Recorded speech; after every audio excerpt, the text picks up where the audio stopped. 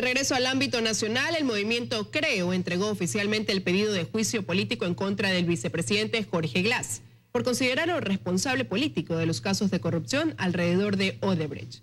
El Consejo de Administración Legislativa deberá verificar los requisitos. Oficialmente, el movimiento Creo entregó la solicitud de enjuiciamiento político en contra del vicepresidente Jorge Glass. El pedido ingresó por el Departamento de Gestión Documental de la Asamblea. Recibió el respaldo de 59 legisladores de la oposición que firmaron. Las razones por las cuales se puede enjuiciar es por cohecho, peculado, enriquecimiento ilícito. Si eso se ha dado dentro de los sectores estratégicos de los cuales es el responsable políticamente, nosotros tenemos causales para iniciar el juicio político. Tenemos las pruebas. La oposición considera que el Consejo de Administración Legislativa debe únicamente hacer una revisión formal de los requisitos que tiene que cumplir la solicitud de juicio y no valorar pruebas. Esto es verificar la autenticidad de las firmas, el número mínimo, el formato, a quién se ha dirigido, si están debidamente anunciadas las pruebas y qué documento se adjunta. Pero no puede hacer un análisis de fondo. Si algún análisis de fondo debería hacerse, este le correspondería a la Corte Constitucional. Yo creo que todavía hace falta la compilación de mucha información por parte de quienes hemos suscrito la petición de juicio político. El oficialismo, por su parte, espera revisar el pedido. El legislador Ricardo Zambrano y Soledad Buendía, miembro del CAL, ambos de Alianza País, consideran que una solicitud de juicio político no solamente tiene que ver con firmas. Es decir, más allá de que sea político, tiene que haber una motivación de tipo administrativo o legal. Vamos a revisar que contenga toda la prueba, su enumeración y que estén todos los requisitos para poder proceder con nuestro dictamen. El presidente de la Asamblea, José Serrano, deberá convocar a reunión del Consejo de Administración para cumplir con la verificación de los requisitos y, si es procedente, el envío a la Corte Constitucional para que emita o no un dictamen de admisibilidad. En Quito, Ana María Cañizares, 24 horas. Tras 12 horas de sesión, la Comisión de Fiscalización de la Asamblea Nacional aprobó el inicio de un juicio político en contra del excontralor general del Estado, Carlos Pollitt. Con ello, se abre camino para la censura al exfuncionario. Como resultado de una sesión que inició la tarde de este martes y se extendió hasta esta madrugada, la Comisión de Fiscalización de la Asamblea emitió el informe por el cual se recomienda al Pleno realizar el juicio político al excontralor general del Estado, Carlos Pollitt. Y dejó de controlar evidentemente los recursos públicos, no presentó informe alguno de responsabilidad en base a los contratos, 33 contratos que la empresa Odebrecht ha celebrado en el Ecuador. Pollitt descargó su responsabilidad por escrito y en reiteradas ocasiones manifestó una vulneración a su derecho de defensa. Señores asambleístas conocían que no estaba ejerciendo las funciones de Contralor General del Estado a la fecha en la cual, entiendo, se inició el proceso de sustanciación. Luego de 12 horas de jornada, 12 miembros estuvieron de acuerdo en recomendar el proceso político. Hemos demostrado nuestra voluntad férrea de combatir la corrupción, venga de donde venga. Al emitir un informe formal de sustanciación en el que se aduce el incumplimiento de funciones para las que fue designado el Contralor, el presidente de la Asamblea estableció una fecha en la que se llevará a cabo el juicio político. El día domingo a las 3 de la tarde. Esto abre camino para la censura al excontralor, que dejó de ejercer sus funciones luego de su renuncia el pasado 20 de junio. Daniela Valencia, 24 horas. El abogado del exministro de Electricidad, Alexei Mosquera, confirmó que el pago de $1 millón que la empresa Odebrecht le hizo por supuesta consultoría fue realizado cuando este todavía era secretario de Estado y al mismo tiempo consultor. El exministro Alexei Mosquera romperá el derecho al silencio al que se había acogido tras su detención. Así lo dijo su abogado un día después de que el defensor de su tío político anunciara que este está dispuesto a contarlo todo. Pero además, el abogado de quien fue el primer ministro de Electricidad, de Rafael Correa, reconoció que su cliente sí fue a la vez ministro y consultor de la empresa Odebrecht y que recibió en ese tiempo el pago de $1 millón. Ejercía la consultoría. Fue entre el periodo de 2007 y 2009, cuando él era ministro, efectivamente. No existe prohibición respecto de hacer consultorías con ese tipo de empresas. Ese puede ser un error, que no haber hecho la respectiva declaración tributaria de los ingresos de esos dineros. Esto lo desestimó en al menos 2 ocasiones el expresidente Rafael Correa. Ese pago, febrero del 2011, ya no tenía nada que ver con el contrato de Toachi Pilatón y no era funcionario público. No hay coima ni soborno porque no es funcionario público. Consta el proceso que se pagó en el año 2008, no es en el año 2011. En el año 2011 lo que se hacen es comprar maquinaria e ingresarlas al país. Sí existió la consultoría, sí se recibió el dinero por concepto de pago de esa consultoría. El exministro fue acusado por lavado de activos tras recibir dinero de la empresa brasileña señalada por favorecerse de contratos con coimas. Según el abogado, Mosquera no tenía el poder de contratar para Toachi Pilatón, potestad que sí poseía el consejo directivo. La empresa pública Toachi Pilatón, en aquel entonces presidida por el prefecto Gustavo Baroja. Respondió también a lo dicho por la defensa del tío de Mosquera, Marcelo Endara, calificado por la Fiscalía de testaferro, pues habría prestado su nombre para transferencias. Este dijo que fue utilizado. Marcelo no sabía que tenía $80.000, peor el $1.000.000 en los bancos de Andorra. Decir que fue utilizado o que se le había ocultado la verdad no tiene sindéresis, porque los dineros que habían sido acreditados a las cuentas no tenían una procedencia ilícita, fueron retirados por él a través de 2 tarjetas de créditos. Y debido a los tiempos, según el abogado de Mosquera, este tenía fuero como ministro, lo que dijo hace su detención ilegal. En Quito, María Gracia Costa, 24 horas. El gobierno anuncia el pago de $150 millones de incentivos a los jubilados del sector público de más de 70 años y aquellos que padezcan enfermedades catastróficas. Lo hará después de 30 o 40 días sobre la base de un cronograma de pagos. Decenas de jubilados han muerto sin cobrar el incentivo ofrecido por el gobierno para quienes se desvincularon del sector público desde 2010. Y este gobierno salva responsabilidades. Un problema que se viene arrastrando inclusive desde el año 2010, pero fuertemente desde el año 2015. Hecha esta aclaración, los ministros de Trabajo y Economía ofrecieron el pago de al menos $150 millones a un primer grupo de jubilados. Entregar ya el pago completo de ese incentivo a quienes tengan 70 o más años y también a las personas que tengan condiciones de discapacidad o de invalidez, entendiendo que son el grupo más vulnerable. La deuda total del gobierno a los jubilados supera los $808 millones y podría llegar a los 1.123 millones.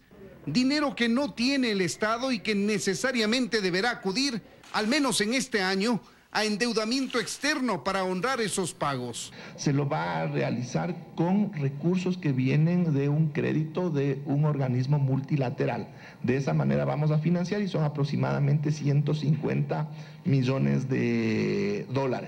Los dineros se empezarán a entregar en 30 o 40 días en base a un cronograma de pagos para quienes a la fecha tengan más de 70 años o padezcan una enfermedad catastrófica. Los pagos que se van a realizar es en relación a los procesos ya validados y ya aprobados para el pago, que por supuesto no son todos. El resto de jubilados tendrá que seguir esperando. Según la Federación de Servidores Públicos, son 22.500 jubilados del gobierno central y otros 22.000 solamente del magisterio que esperan su compensación por jubilación. Quizás en el presupuesto del próximo año alcancen a cobrar su incentivo. En Quito, Freddy Paredes, 24 horas.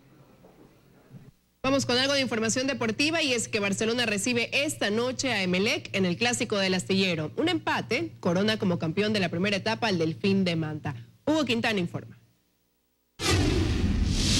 Esta noche acá en el Estadio Monumental se jugará una edición más del Clásico del Astillero. Por el lado de Barcelona no estarán Márquez, Vera y Calderón, mientras que en Emelec el gran ausente será Óscar Bagüí, quien llegó a 5 amarillas en el último partido ante Liga de Quito. El cuadro millonario ya no tiene ninguna posibilidad de ganar la etapa, mientras que Barcelona tendrá que conseguir una victoria para llegar al fin de semana con alguna mínima posibilidad de seguir en la pelea. Esto quiere decir que si hoy Barcelona no gana, Delfín automáticamente será el ganador de la etapa, y si los toreros suman de a 3, pues al cuadro manavita le alcanzará con un empate como local ante Liga este fin de semana. Será el clásico 217, hasta ahora 68 victorias amarillas, 67 azules y 81 empates. Se espera un buen marco de público para esta noche. Recordemos que no habrá hinchada visitante. El partido arrancará a las 19 horas con 45 y Omar Ponce será el juez central del compromiso. Estamos de regreso para contarles que entre 3.000 y 4.000 terrenos del programa municipal Milote serán donados por la Alcaldía de Guayaquil al gobierno para la implementación del plan habitacional gratuito Mi Casa para Todos. La decisión la oficializó Jaime Nebot tras una reunión con la secretaria del Plan Toda una Vida, Irina Cabezas.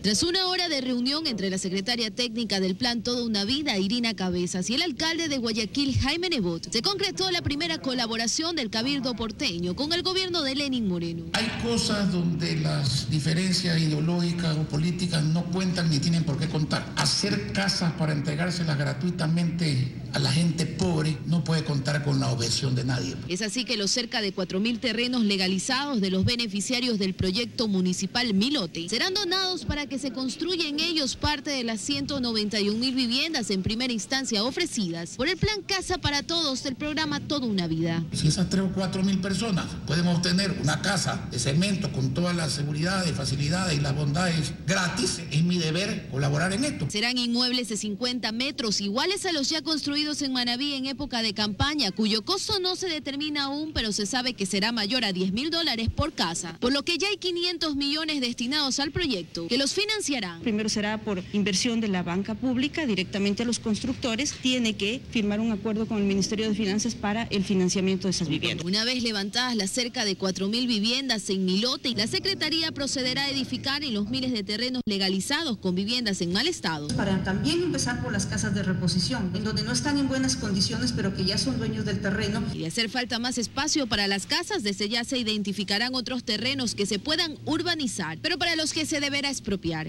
Todo lo acordado verbalmente hoy entre la secretaria y el alcalde Nebot se asentará en un convenio de cooperación que en los próximos días se firmará, al tiempo que el gobierno el lunes lanzará su plan habitacional, que inmediatamente arrancará en Manabí, Guayas y Los Ríos, las 3 provincias de mayor necesidad. Luisa María Heredia, 24 horas. Desde hoy hasta el viernes, 127.000 jóvenes que cursan el tercer año de bachillerato rendirán la prueba Ser Bachiller. Solo hoy 30.000 jóvenes fueron evaluados. Quienes ya están fuera del sistema educativo rendirán la prueba desde el viernes hasta el 2 de julio. Con nervios, así empezó la jornada de evaluación Ser Bachiller.